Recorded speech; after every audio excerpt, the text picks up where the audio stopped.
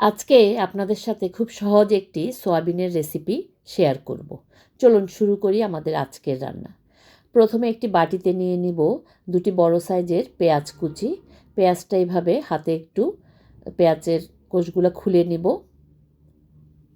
এবার এতে দিয়ে দিব একটি টমেটো, বড় সাইজের একটি টমেটো কুচি, 2 চা চামচ পরিমাণ লবণ, 1 চা চামচ পরিমাণ হলুদের গুঁড়া, 2 চা চামচ পরিমাণ মরিচের গুঁড়া, 1 চা চামচ জিরার গুঁড়া, 1 চা চামচ ধনে গুঁড়া।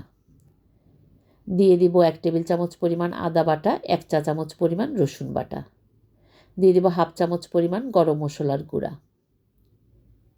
দিয়ে সব কিছু খুব ভালো করে মেখে নেব। মাখা হয়ে গেলে এখানে দিয়ে দিব 2টি বড় সাইজের আলু কিউব করে কাটা এবং 2 প্যাকেট সয়াবিন সেদ্ধ করে ঠান্ডা জলে ধুয়ে জলটা বের করে নিয়ে এতে মিশিয়ে নেব।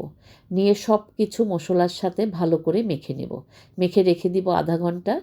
এবার একটি কুকারে 3 টেবিল চামচ পরিমাণ সর্ষের তেল গরম করে দিয়ে দিব তেজপাতা, লং, ছোট এলাচ, শুকনা মরিচ, দারচিনি এবং 1 চা চামচ পরিমাণ জিরা দিয়ে ফোড়নটা কিছুটা সময় ভেজে নেব।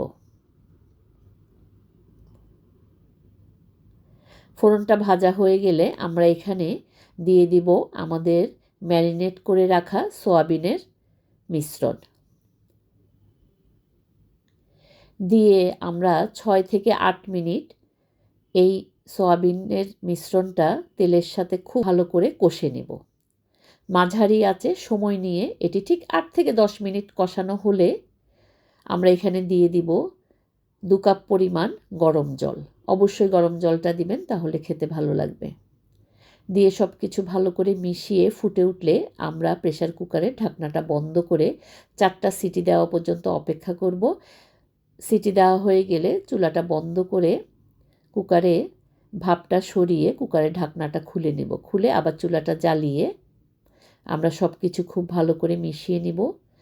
এখানে আমরা একটু দেখে নিব আমাদের আলুটা সেদ্ধ হয়েছে কিনা। যদি সেদ্ধ হয়ে যায় তাহলে রান্নাটা আর খুব বেশি একটা সময় লাগবে না।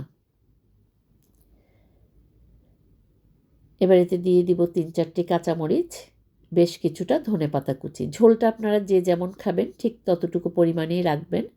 খুব বেশি ঝোলও হবে না, আবার একদম শুকিয়েও ফেলবেন না।